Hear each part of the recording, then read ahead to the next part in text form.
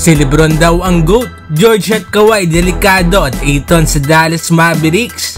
So para nga sa unang balita mga idol ay patungkol sa Dallas Mavericks. Ayon nga sa article ng Basketball Forever ay dati na nga daw nagkaroon ng pag-uusap ang Dallas Mavericks at Phoenix Suns sa potential nga na DeAndre Ayton trade.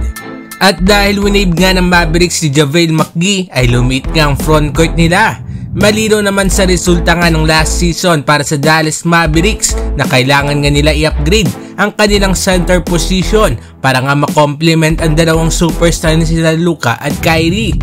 Kaya ito nga daw mga idol ang magandang panahon para mag-usap nga uli ang Mavs at Suns para ituloy nga ang trade na ito. Ano masasabi ninyo dito mga idol?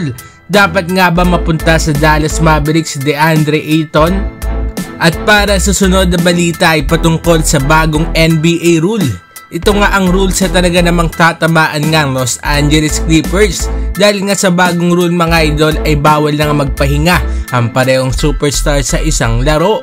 Kilala nga ang LA Clippers na palaging nilalagay nga sa load management itong sina Kawhi at Paul George.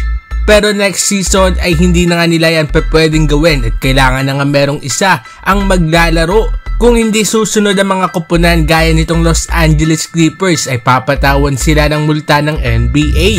So maganda nga mga idol ang bagong rule ng NBA para naman ay hindi nga masayang ang mga binibiling ticket sa mga fans. Mapanood nga lamang ang kanilang mga idolo. Anong masasabi ninyo dito mga idol? Agree ba kayo sa bagong NBA rule?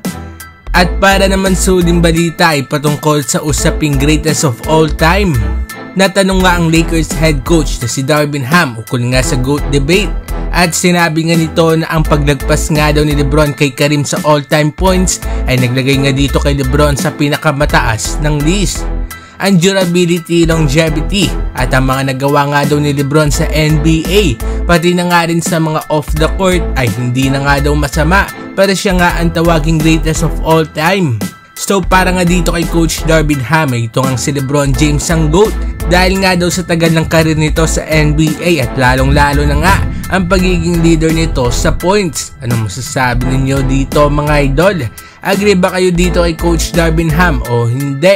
Mag-comment sa baba at ating babasahin yan. Huwag kakalimutan na mag-like at subscribe para sa iba pang balitang NBA. Maraming salamat po.